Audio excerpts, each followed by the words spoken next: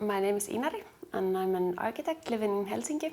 And I graduated as an architect a year ago or just last summer. And since that I've been working in a few different offices here in Finland. I got to hear of projects when architects had been doing like more on social base and based on ecological values. I did a trip of 2 months in South America and was participating in like a communal or participatory architecture projects there and workshops there. And then I started to realize that there is actually kind of this ethical calling that I had almost forgotten, that actually I can still work with such issues and then trying to use my architectural knowledges in that way that I hadn't realized at all. Well, of course, the impact that we can have is huge because buildings are consuming so much of the energy that we use. Almost 40% of all the energy that's been produced is used in buildings. Well, kind of thinking of sustainability, you often divide it in 3 different aspects. So you have kind of the ecological and the social and then the economical aspect of sustainability.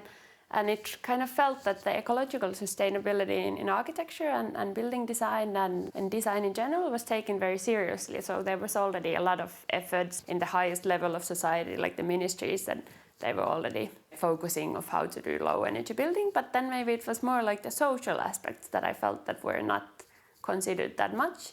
Basically, architects do design from a door handle to kind of like whole countries and like train networks and things like this, so that you can have an impact on so many levels. Well, I'm interested in so many things and so many aspects of architecture that I have my day job, which is now working in a small architecture office. But then besides this, I do my own projects. I've been spending a lot of my free time for projects to try to inspire other people also to live more sustainably. And one project that we did was called Cycling Consultants, that we contacted a few working environments, including the Hub Helsinki and Ministry of Finance and IBM. And then the Ministry of Finance, because it's situated like right in the center of Helsinki, but then often they need to visit the other ministries around. They bought some custom-made bicycles and then made a system where you could just borrow a bicycle to visit the other ministries and go to meetings nearby.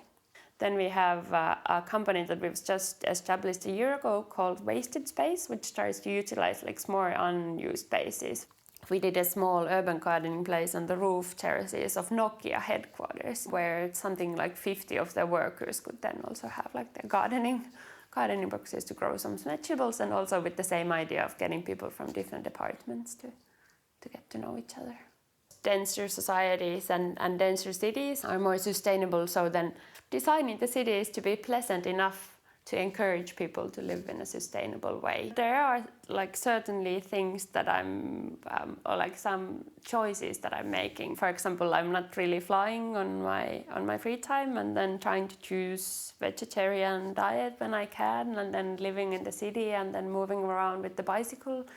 So, and kind of living in a house that's being heated with the district heating, and what many people are already doing. But I think like a big change that could be developed more is sharing things. You don't have to buy everything, or like starting from hair dryers and coffee machines and like coffee pans and kitchen things and everything like this. Or like small recycling rooms where you could maybe leave your skis and like tools like hammers and such things that you maybe use like only once a year. Making our societies sustainable is such a complicated task.